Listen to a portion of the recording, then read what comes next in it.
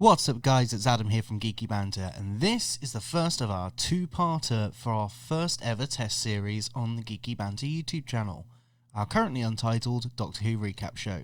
If you like the first part, please drop a like and subscribe. What's up, guys? My name's Adam from GeekyBanter. Hey, it's Paradox, and Paradox does stuff. And this is the first episode of Season 12's Doctor Who recap show. Yeah, it is literally it was National Treasure Starcast. Yeah, it was a fantastic champagne casting moment for Doctor Who. And Sacha Dhawan, can I just say, absolutely just destroyed. Oh yeah, he killed it. His reveal was the most master reveal I've seen since Classic Who.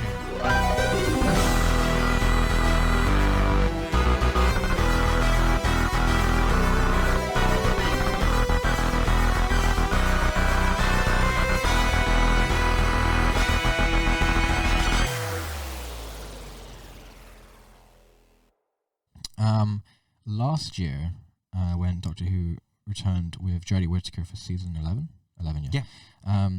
we decided it would be a fun idea to just review the show each week, get a bunch of people to sit down and talk about it each week, because we want to try and build some kind of community around it. And then we got to about 5 episodes in. We actually shot 6, but when it came to the 5th episode, we were at a convention filming our annual vlogumentary things, which you're welcome to check out. That's actually in collaboration with GeekyBanter, which you are watching. That's on here now. And so we ended up editing that, and it became the overwhelming task that we didn't really have time to fit into both film and edit Doctor Who at the same time, working on another film, which had a deadline. And the more we got into season 11, the more we realised that we didn't really want to review it anymore.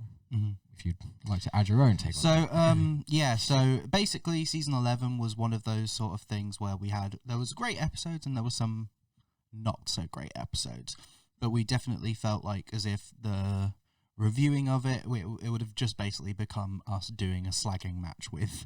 Yeah, and we felt like, I think it was the case that there was enough of it out there. During the time of season 11 coming out, there was a lot of hate anyway, because, you know, there's an overwhelming majority of people on the internet who are just going to assume that it's some kind of pandering, progressive, social justice warrior, or whatever kind of stuff. And look, I'm not going to hide away from the fact there is a lot of it in there.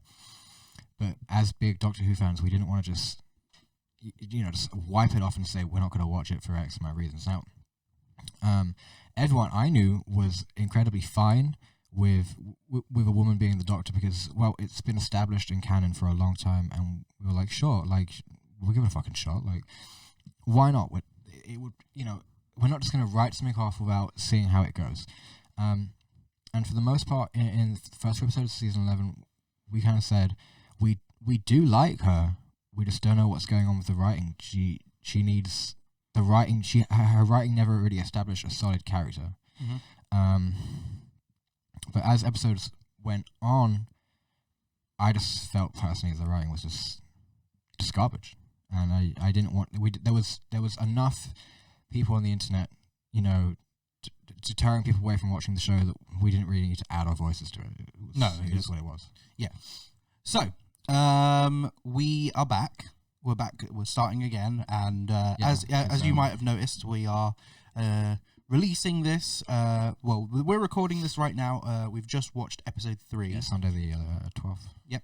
But first, what we want to do is talk a little bit about episodes 1 and 2. We're going to just briefly give like 5 minutes, a little sort of taster review of each of those, just so we can sort of make sure that we've covered all of season 12. Yeah. So the reason that really is because those episodes took me out of nowhere. I had no hype going into season 12. And when I didn't actually know it was coming back on New Year's, because I heard they wasn't doing one. Like, I'd heard that. Yeah, so. I did know that we were definitely getting a 1 episode at New Year's Day, but I didn't know it was going to be a 2-parter, and I also didn't know that it was going to be a 2-parter with the second half coming out that Sunday. Yeah, so it was literally less than a week, wasn't it? Yeah, it was. We had like just a few days between the 2 episodes. Yeah, and that those 2 episodes are the reason we are actually back here doing this show. I literally went and bought this recording setup specifically so we could start making content again. Not specifically for Doctor Who. Not specifically for Doctor Who. Foolish. That would be ridiculous. But we definitely have rushed our plans of making content just for this. Oh yeah, definitely. So let's go ahead. I'll give you the stage. This is your show. I've done way too much. So give your review. So let's start with Spyfall episode 1. I personally found the good thing about Spyfall episode 1 and 2. Well, we'll start with episode 1. But the good thing about Spyfall episode 1 was it didn't assume anything from the very beginning. It was just sort of, hey, let's do a little quirky thing to begin with, and it just slowly built up and built up and built up. And then we had just getting more and more ridiculous. We had, Stephen Fry made a cameo in it. We had they was hyping that up for a while as well. We'll get to that. Yeah. But yeah, we had Lenny Henry. Yeah, we had Lenny Henry. There was a big Sacha Dhawan. We've had. Yeah, it's literally the national treasure star cast. Yeah, it was a fantastic champagne casting moment for Doctor Who. Real fantastic episode.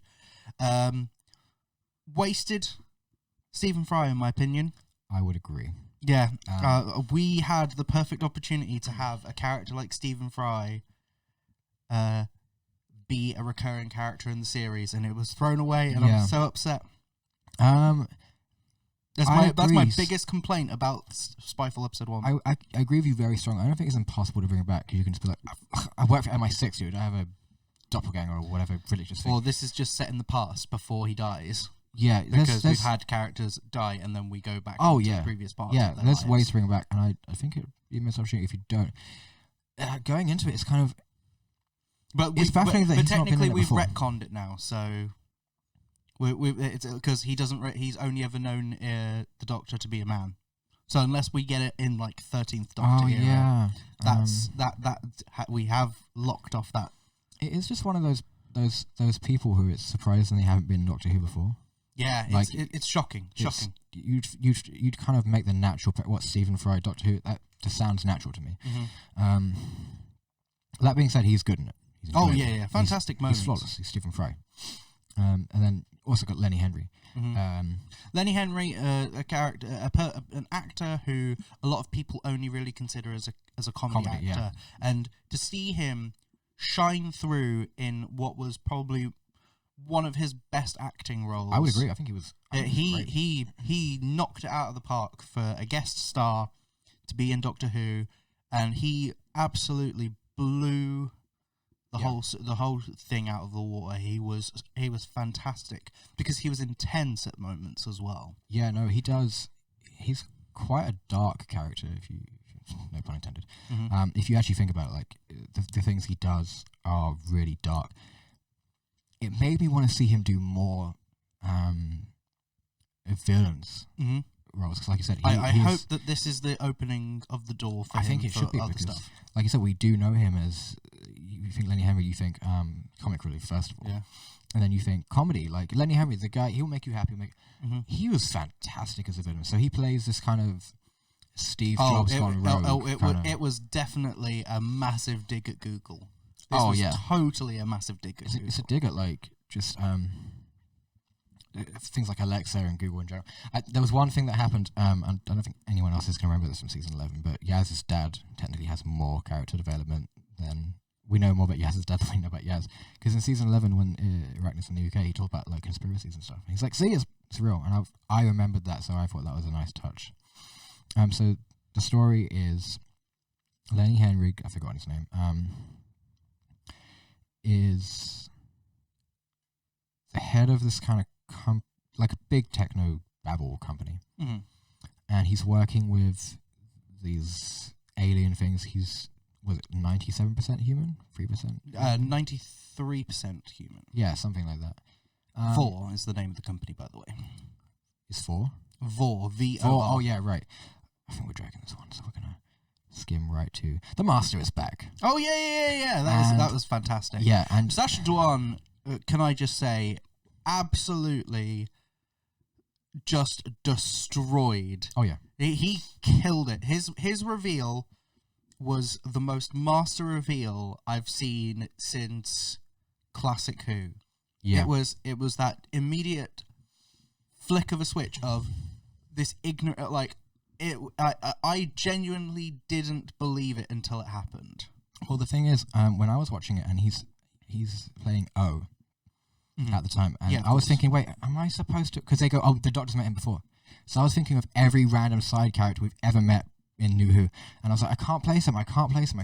Then my brain went, oh wait, no, Adventure in Space and Time, but that doesn't, no. And it was good to see him, because I thought that was just a nice cameo for that, because he plays one of the people who he was the producer on the original Doctor Who. He plays that dude, whose name I forgot, alongside Verity, and they put Doctor Who on TV back in '63. It was Waris Hussein. Thank you. And he was fantastic in that, and they had a really good chemistry. So it was good to see that, and I thought that was just what it was going to be, until the scene where he's sitting down with Graham. The mood changes. I don't know if it was a lack of score or camera placement, but the way he spoke, and I was like, the way he spoke about, I knew, like, I have a whole list of stuff all there about what the Doctor's done, and it was just sort of this, like, almost like a devil, like, trying to tempt that. But also, before I went to the Master, because I'm not gonna, like, sure. No. I didn't predict it was the Master at all. My mind, first of all, when it was like, I thought at one point they was bringing back Jack Harkness. I thought at one point they was going to do that. Earlier in the episode when Stephen Fry was talking about him, and it was like, oh, I know that person. I thought it was finally going to happen. We still haven't got John Barrowman back. He said he would do it, and then my mind went to River Song, because she's technically she can regenerate. No, she used up all of her time energy, her regeneration energy. Dude, unless they retcon it. They can retcon it, of course, I understand. And judging by episode 3, we will get to things later. It's not impossible. Look, there's no impossibilities in Doctor Who, so there's not even.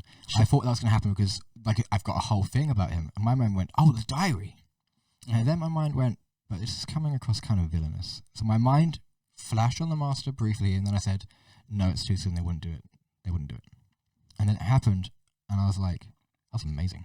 And the best part about it is it managed to stay out of the media, because when John Barrowman was coming back, they put it in the trailer. So when you get to the end of season 10 and you haven't seen him yet, and there's this quirky dude who's definitely wearing prosthetics walking around, you're just like, oh, there he is. There's the Master. There's no reveal in that episode of course, because you've seen the trailer. So the only way you can watch that now without anticipation is if you're a newcomer and you're just watching it on Netflix. When our friend Clubby was watching through the entirety of the season. Have you seen that now? Yeah, she's seen every episode now. But when we got through to that point in the series, we literally skipped the preview. Oh, thank God. We actually... Because it shows it at the end, yeah. Yeah, we skipped the Master preview just so that we could avoid... So she could actually just enjoy that episode. So what was her reaction like that? Because I know no one who's seen it. It was a massive... What? Yeah. That must have been phenomenal. That's like 6 seasons out. Yeah. 6 seasons. It's immense. It's immense. Like, this is the thing, like... Doctor Who has always been known for its great plot twists, and in the last couple of seasons we've had some subpar moments. Oh yeah, for sure. Because we had to nip the spoilers in the bud. Yeah.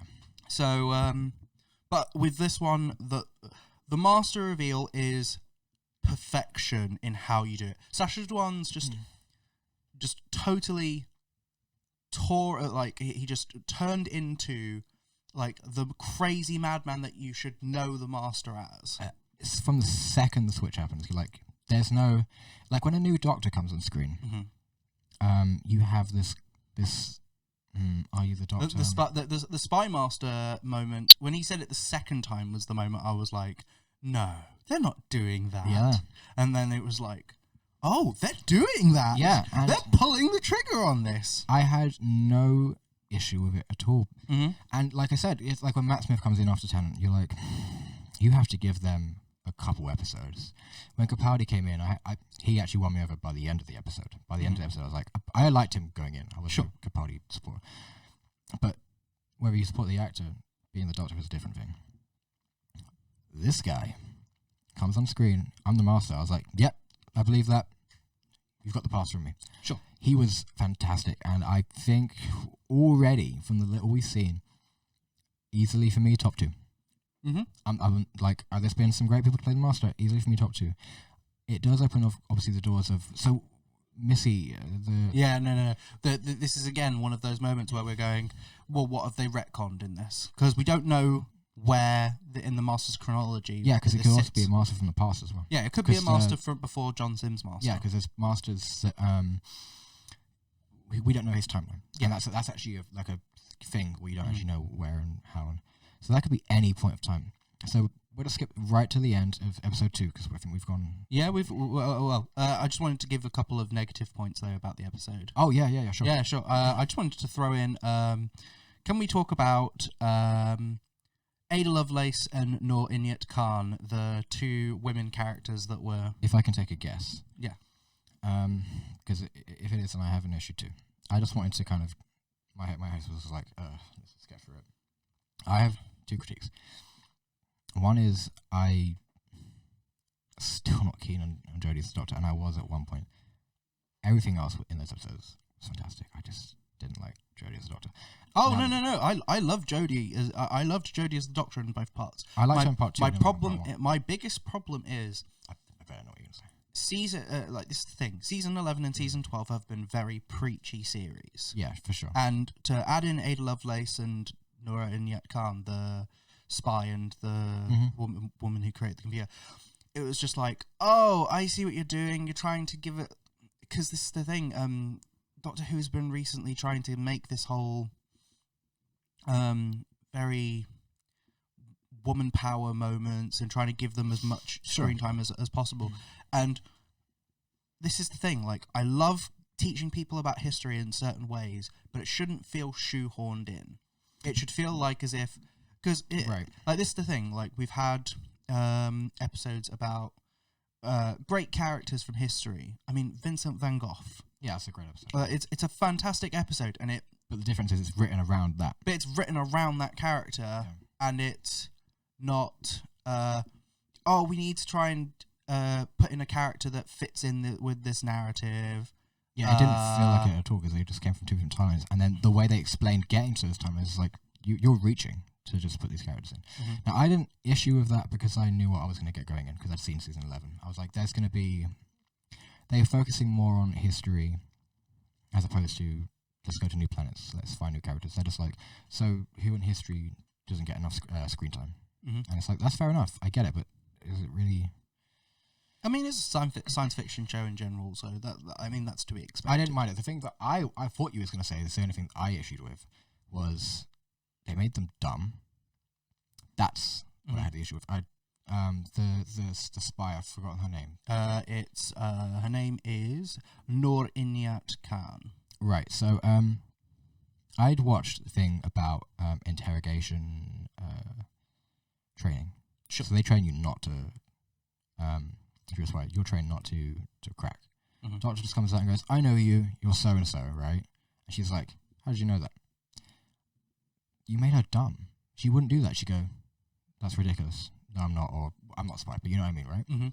She would fight that. Yeah. She wouldn't just instantly trust this person. No, and of course. And I get it, for the sake of shorthand and the amount of time you have on screen minutes, sure, why not? That's so you dumb down the characters. Yeah, so if you're going to teach us about this person, then don't make them stupid. Yeah, that's true. We got to see Charles Babbage. That was cool. It's a nice another person of interest. Oh, yeah, I guess. I mean, when you're trying to throw 3 people of importance who ultimately should all have their own episode, if you're going to do it. Yeah, of course. You ended up ultimately teaching me nothing. Yeah. Like, I ultimately learned nothing. Because all I learned was, there was a woman who was involved in the creation of a computer. There was a female spy. Yeah. Okay. Why is that? What? Tell me why I need. Yeah. Tell me something that makes me want to care about this character. Yeah. Like if you want to do that, then you just you go to their time period, you write an episode around it, and have them pop up. I have no issues with that. I'm one of the few people who actually kind of like the Rosa Parks episode. Yeah. I thought it was enjoyable. The ending was a bit. Yeah. The ending of Rosa is the only bad thing about Rosa because it was. Yeah, but because it became, well, over preachy. It wasn't even just that. It was just. I think it was. They just threw on a random pop song. I was like, "What are you doing?" Yeah. What's the deal with the random pop song? Mm-hmm. What is this? And literally there being no words to the ending of it. It's just literally that was the ending theme as well. Yeah, and like apart from that, I've got no issues with it because look, Doctor Who actually its foundation was actually built on education. Yeah, of course. Like it was manufactured to both be entertainment for kids and education. So if you're going to throw in education, I've got no issues with it. Especially some stuff that it isn't as widely taught as it should be. Mm-hmm. I'm fine with that. Mm-hmm. But do it right or don't do it at all, because if you're going to do it and you're going to overshadow good actual storytelling, mm-hmm. just for the sake of basically just here's history, let's throw some aliens in there. That's garbage. No, I agree. So there's the difference. Now to the ending of episode 2. Yeah, sure. Was amazing. Mm-hmm. I was hooked. I kept not wanting it to end, and it didn't ending. And I really liked that. Everything, the Gallifrey, you actually see Gallifrey. You see it.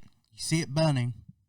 And I thought, and the Timeless Child stuff is all has come back, threaded in, and it's perfect. Because we spent however long last year being like, so what was that about? So what's the Timeless Child thing? The question I have for you is, do you think that is brought back because people complained about no overarching story, or do you think they had plans to do this anyway?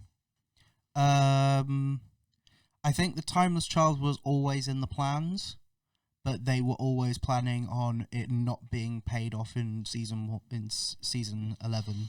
It was always going to be, hey, let's just leave a little breadcrumb trail in season 11. Like a fallback. Yeah, just as a, hey, we'll just plop a little couple of spots in about the Timeless Child in season 11, and then we'll pay that off at the end of season 12. Yeah. So it ends with the Master then saying something very interesting. I'm not going to quote this perfectly. Basically says everything you knew about the Time Lords was wrong. Mm-hmm. What they did is why I went ahead and nuked Gallifrey. Mm-hmm. And I think there was one or two other things I've forgotten.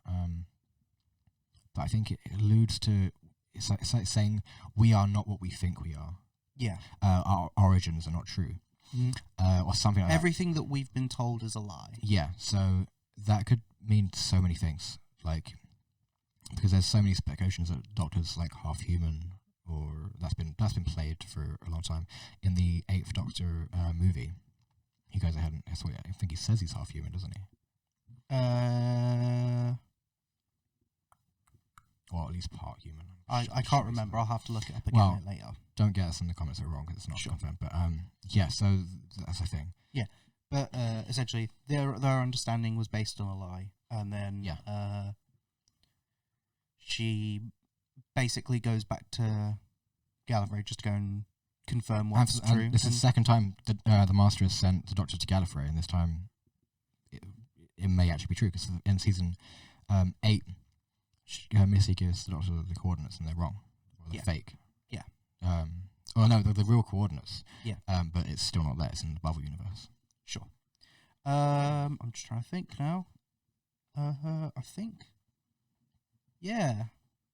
I think that's everything that we need to cover about. Yeah. So but let's just give each episode a review, a score quickly. Out of 10, what's your thoughts? For both or separately? Let's pair them together, because they are definitely they're a two-parter that should be counted as well. As a package, I'll give it an 8. Oh my god, I've thought of my negative. Oh, go for it. The laser shoes were awful. Yeah, agreed. Laser shoes are stupid. For so many reasons, and I can't bother. It took me out of it for a good moment. Graham's great. Those shoes are garbage. Bradders is always going to be, of course, a riot. He's my pros for next episode. So together, I'll give him an 8, because it managed to bring my interest back. And it would have been a 9 if it was consistently good throughout, but because there are definitely moments where you just go, well, that was a stupid. Yeah, the issue is we haven't rewatched it since. So if we was to go back, we would give a. I've rewatched episode part 1. I have rewatched part 1. Well, I haven't. Yeah. But like, if we refreshed ourselves before, we'd probably have more to say. But Yeah, it doesn't really matter because there you go, we liked it, and that's why we're here. Those 2 episodes are the reason ultimately why we was like, dude, let's bring this show back. Yeah, definitely. And there you have it, part 1. We'll be back with part 2 as soon as it's finished. If you have any ways that you think that we can improve this show, please let us know in the comments down below. Geeky Banter is just about to begin a brand new era, and it's coming very soon. So if you want to keep up to date on all things Geeky Banter, please subscribe to Geeky Banter, follow us on social media at Geeky Banter, and we'll see you very soon.